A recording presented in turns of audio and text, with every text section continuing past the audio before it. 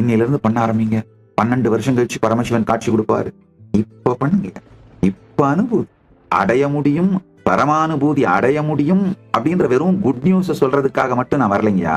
அது இன்எவிட்டபிள் அப்படின்ற great news சொல்லதாங்க நான் வந்திருக்கேன். அதாங்க உண்மை. Kailasa news here by I tell you the great news. Not only you can experience the paramanubhuti Paramashivam, it is inevitable. இகைவ இந்த பொழுது இப்பொழுது here and now. இப்ப பண்ணுங்க. இப்ப நீங்க பரமசிவம். நான் பேசுறது யதார்த்த சத்தியம்.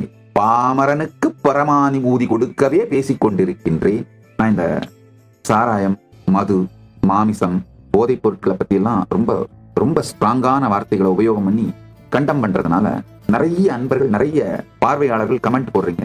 எனக்கு அந்த பழக்கம்லாம் இருக்கு சாமி, எனக்கு இந்த அனுபூதி எல்லாம் கிடைக்காது தானே, எனக்கு இந்த அனுபூதி எல்லாம் வாய்க்கிறதுக்கு சாத்தியம் இருக்கா?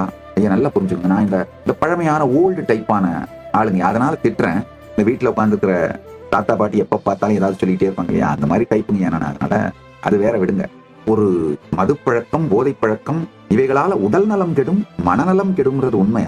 ஆனா உங்களுடைய பரமானுபூதியை எந்த பழக்கமும் உங்களிடமிருந்து எடுத்து விட முடியாது. அதை புரிஞ்சுக்கோங்க.